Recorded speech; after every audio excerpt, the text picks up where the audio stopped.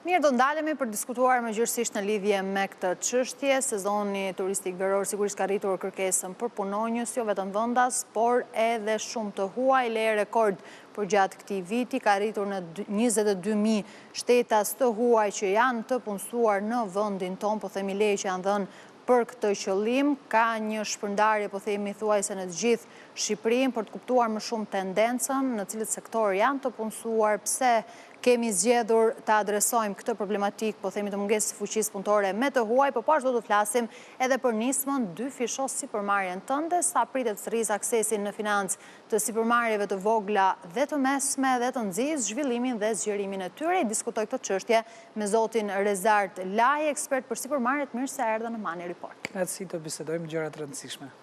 Rizdi, duket se ka një rritje të ndjeshme të punonjësve të huaj. Tashmë nuk është më një lloj tabuje për Shqipërinë, janë të shpërndarë thuajse në qytete ndryshme të vendit. Është zgjedhur si një lloj, po themi, zgjidhje nga ana e sipërmarrjeve për të adresuar atë që gjithmonë gjatë gjithë sezonit veror, veçanërisht sipërmarrjet që operojnë në turizëm e ngrenë si shqetësim. Si e shikon? Ne duhet ta kuptojmë që biznesi gjithmonë do gjejë rrugën e vet për të i dhënë zgjidhje problematikave. Mos harrojmë që para 2 vitesh kishim problematika që sidomos sektori i turizmit e ngrinte që nuk po gjejmë punojës, kemi problematika me punojësit për që na qëndruar, kemi një mostabilitet dhe mos harrojmë që vetëm 2024-ën, vetëm 2 vjet më përpara, kishim 11.400 të huaj të punësuar dhe tashmë brenda 2 viteve, brenda 700 ditëve, ne kemi arritur të dyfishohen punojësit e huaj që po punojnë në Shqipëri. Dhe si thamë, përveç punojësve italian që vinë për të bërë biznes dhe për të shkëmbyer në biznes, punojës që janë tipikisht që nuk po vinë për të hapur sipërmarrjet e tyre, po vinë për të punuar, sidomos në shërbimin e hotelerisë, janë zakonisht nga Filipinet, nga Bangladeshi, nga India dhe i shikon që nga veriu deri në jug, shikon sidomos nga Filipinet dhe nga disa zona të tjera. Lidhet kjo me kostot? Kush janë faktorët, po themi, që po shkaktojnë këtë numër të lartë punonjësve të huaj në vend? Realisht, për sa kohë biznesi nuk ka gjetur stabilitet tek punojësit shqiptar dhe patjetër lidhet edhe me koston. Nëse një punojës shqiptar ka patur një kërkesë më të madhe për paga dhe ka gjetur një opsion tjetër për një punojës nga jashtë, ndoshta pagat mund të jenë aty, por stabiliteti që i ka ofruar një punojës që ka ardhur nga jashtë e ka bërë më rehat në le të themi atë sipërmarrës, duke e ditur që për 3 muajt e verës ai punojës do jetë aty, pasi nëse në fillim po fillonin ta përdorin vetëm si urlidhse për të shkuar në Bashkimin Evropian, tashmë po stabilizohen dhe po qëndrojnë pak më gjatë. Para pak javësh isha në një shtet afër Europian dhe filloi duke më folur shqip, ishte një Filipinase dhe më tha kam 3 vite që kam punuar në Shqipëri, këtë vit erdha në një shtet tjetër për të punuar, pra kishte e bërë 3 vite dhe kishte mësuar dhe shqip dhe tha ka pëlqyer shumë dhe vitin tjetër do të kthehem sërish në Shqipëri për të punuar. Është kthyer duket tashmë në një normalitet. Janë rritur kërkesat e shqiptarëve për gjetur punë përveç pagës që t'jep përmendë si një element të rëndësishëm, po themi që po zëvendësohen në një farë forme dhe po mbushen këto vakanca edhe me të huajt?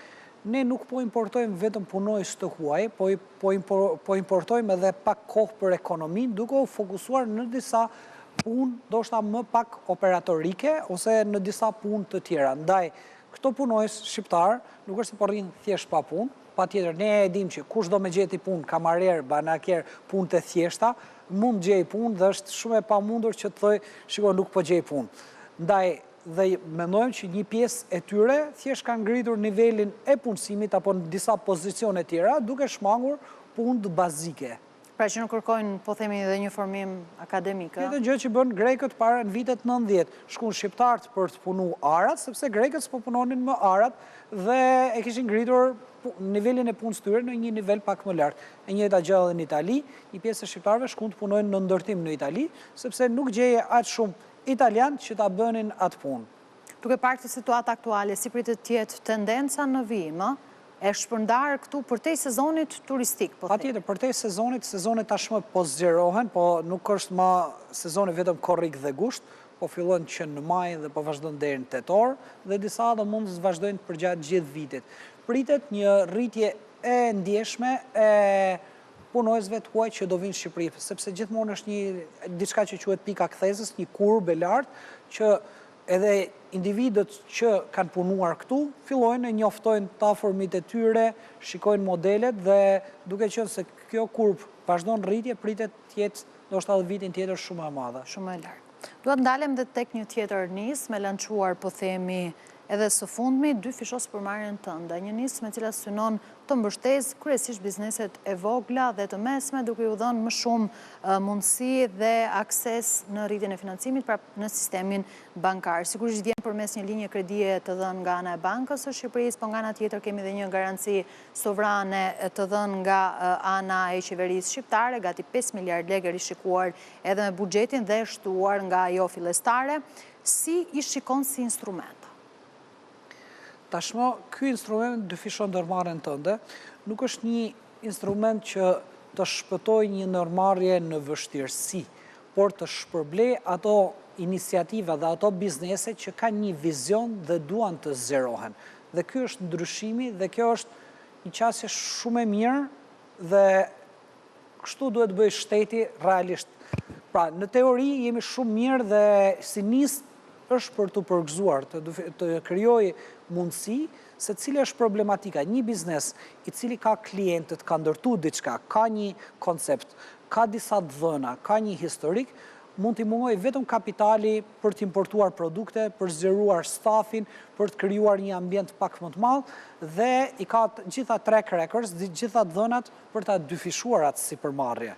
Pastaj, siç kemi thënë, midis konceptit teorik dhe mënyrës pikpyetja do jetë pastaj si do shpërndahen dhe e kanë sqaruar që nga ministrit dhe nga do jetë një komision, një grupim që do asistoj edhe në hartimin e plan biznesit, por edhe në vazhdimësim, sepse nuk është çështja është ti aplikon dhe merr 1 milion euro dhe bëhet çfarë dush, bli makina luksoze. Në kuadër të një startupi, por të zhvillohet një biznes të mirëfill. Këtu më pëlqen sepse tashmë shteti nuk po dhuron para, siç ndoshta te startupet, po këtu po i vën në sfidë bizneset dhe po i mbulon për pjesën të cilën bizneseve i mungon, kolateralin apo sigurinë financiare. Pra shteti nuk thot unë po bëj fabrika vetë dhe po i ndërtoj vetë, gjë që gjykimin tim do ishte gabim, por po thot bizneseve që kanë një vizion, unë do i mbështes, do hyj edhe unë pak në rrezikun e tyre dhe nëse humbasim të dy, edhe shteti dhe biznesi. Nëse fiton biznesi dhe fiton ekonomia shqiptare. Si qasja është ajo që duhet bëjnë ekonomitë e zhvilluara europiane. Implementimi patjetër do doja që pas 2 vitesh, pas 3 vitesh, qeveria të dilte dhe thotë, kemi investuar kaq sipërmarrje dhe kaq janë rritur, kaq kanë shtuar punësimin dhe kaq në fundit kanë falimentuar, sepse për pa rezultatet efektive të nisës. Patjetër. Kë shikon si sfida, po themi, gjatë implementimit të këtij plani? Sfida patjetër do jetë te bizneset, sepse po operojmë në një ekonomi informale dhe një pjesë e bizneseve tashmë do hynë në një formalizim, sepse nëse ti do aplikosh për një kredi, ti duhet të thosh shitjet reale, ti duhet të thosh asetet reale, klientët real potencial, ndaj është një incentiv edhe për të formalizuar, se nëse ti s'ke prej kuponin për 90% të produkteve që ke shit, realisht ato dhëna nuk ekzistojnë. Dhe para se të aplikosh për një kredi, duhet ta formalizosh edhe pak më tepër biznesin tënd në mënyrë që të marrësh këtë kredi. Njerëzit duhet ta kuptojnë që këto nuk janë para falas, këto janë para që ti do t'i kthesh, thjesht shteti të mbështet për pjesën e mungesës tënde të kolateralit. Se, interesi është 2-3%, por më shumë se sa interesi, bizneset kanë probleme që se marrin dot, jo se interesi është shumë më i lartë. Shumë më i lartë. Tjetër mbështetje dhe fokus është padyshim sektori bujqësor, agropërpunimi apo agroturizmi, që padyshim kërkon gjithmonë një vëmendje të shtuar dhe mbështetje financiare nga ana e shtetit. Si një sektor me risk, mendon se do të ketë një interes të shtuar për të përfituar nga këto instrumenta? Nëse ka plane shumë të mira, besoj që është një instrument shumë i mirë financiar, sidomos në magazinat e grumbullimit apo në krijimin e disa produkteve unike të cilat e bëjnë Shqipërinë pak më të konkurrueshme në rajon. Ndaj është një hapësirë shumë e madhe, nuk është se ka vetëm rrezik, por është edhe oportunitet për ta për të arritur. Dhe ne një ndër gjërat pse bujqësia shqiptare ka qëndruar është sepse nuk ka pasur mbështetje të mirëfillt financiare, qoftë nga bankat, qoftë edhe nga qeveria, nga shteti. Mbetet një nga sektorët më pak të financuar. Është sektorët më pak të zhvilluar dhe ka mundësi për të zhvilluar. Aty ku ka probleme, janë edhe mundësit. Mirë, do të ndjekim në vijim për të parë se si do t'jetë, po themi dhe zbatimi dhe implementimi kësaj nisme. Zoti Laj, faleminderit shumë që ishte sot me mua në Money Report. Kënaqësi si gjithmonë.